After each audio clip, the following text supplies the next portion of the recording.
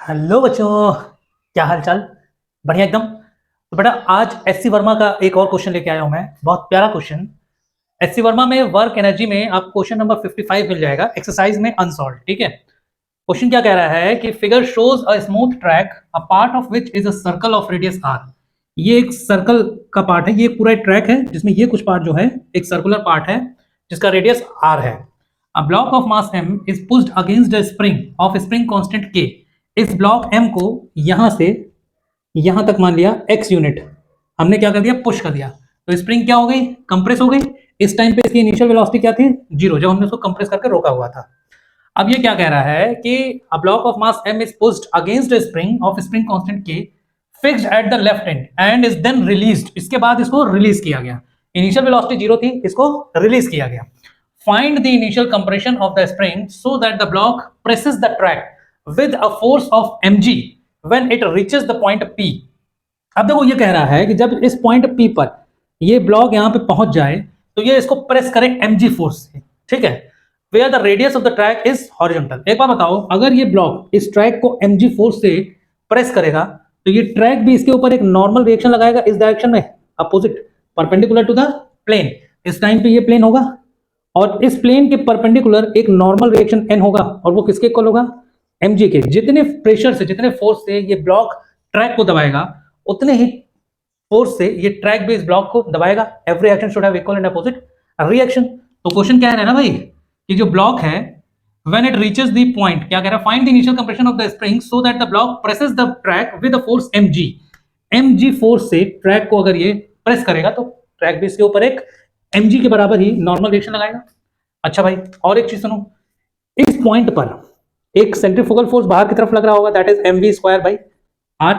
ठीक है, ये चीज दिख रही है कैमरे में, हाँ दिख रही है। ठीक है, तो देखो इस पॉइंट पर एक बाहर की तरफ सेंट्रीफुगल फोर्स लग रहा होगा mv स्क्वायर बाई r। तो अगर हम इस पॉइंट पर ब्लॉक की एफबीडी बना लें तो एफबीडी से हमें क्या मिलेगा, एक फोर्स इधर लग रहा है mv स्क्वायर बाई r और एक फोर्स इधर लग रहा है नॉर्मल, दैट इज mg। ये दोनों फोर्सेस आपस में क्या होंगे, बराबर होने चाहिए। ठीक है, तो यहां से mg should be equal to mv square by r, m से m गया तो यहां से क्या हो गया, v square will be equal to r into g. इस इंस्टेंट की जो वेलोसिटी आ गई, इस इंस्टेंट की जो वेलोसिटी आ गई भाई, इस इंस्टेंट पे ऐसे कोई टेंजेंशियल वेलोसिटी लग रही होगी इस टाइम पे, वो क्या होगी, v। और उस v का वैल्यू क्या मिल गया यहाँ पे, v square is equal to R G, या कह लो v will be equal to root over R G. इस इंस्टेंट की वेलोसिटी मिल गई हमें। ठीक, अब देखो जब इस इंस्टेंट की वेलोसिटी मिल गई तो हमें क्या निकालना है, हमें निकालना है कि find the initial compression of the spring so that the block presses the track with a force mg when it reaches the point p। ये जो कंप्रेशन है स्प्रिंग का x वो कितना है, सच दैट कि जब ये ब्लॉक यहां पे पहुंचे तो ये ट्रैक को mg फोर्स से कंप्रेस करे, प्रेस करे, सॉरी। ठीक है, अब देखो यहां से हम लोगों ने वेलोसिटी निकाल लिया, वेलोसिटी निकाली, वो कितनी आई हम लोगों की, rg, v square, v at p आया है कितना, rg, या कह लो velocity at p point will be equal to under root rg, ये आ गया।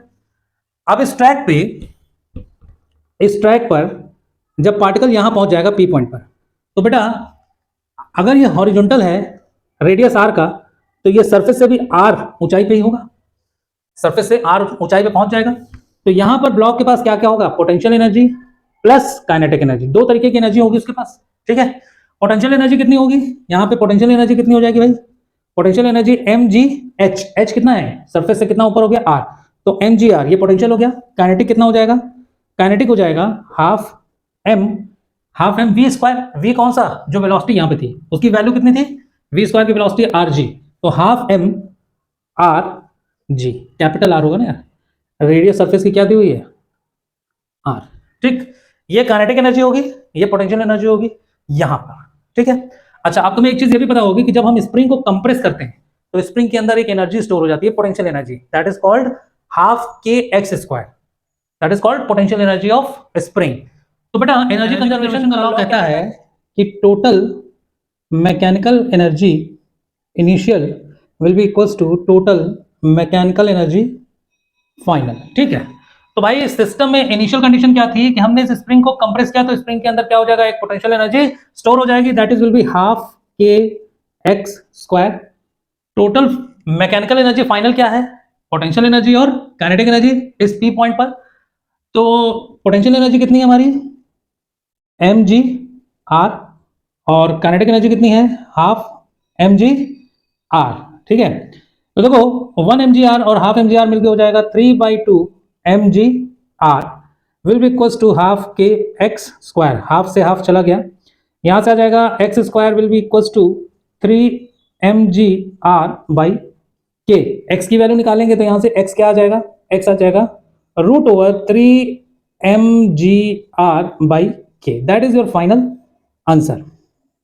ठीक है, तो बेटा एससी वर्मा का ये क्वेश्चन सिंपल एनर्जी कंजर्वेशन पे था, बस आपको सिर्फ कंजर्वेशन ऑफ एनर्जी का लॉ पता होना चाहिए और बेसिक नॉलेज होनी चाहिए।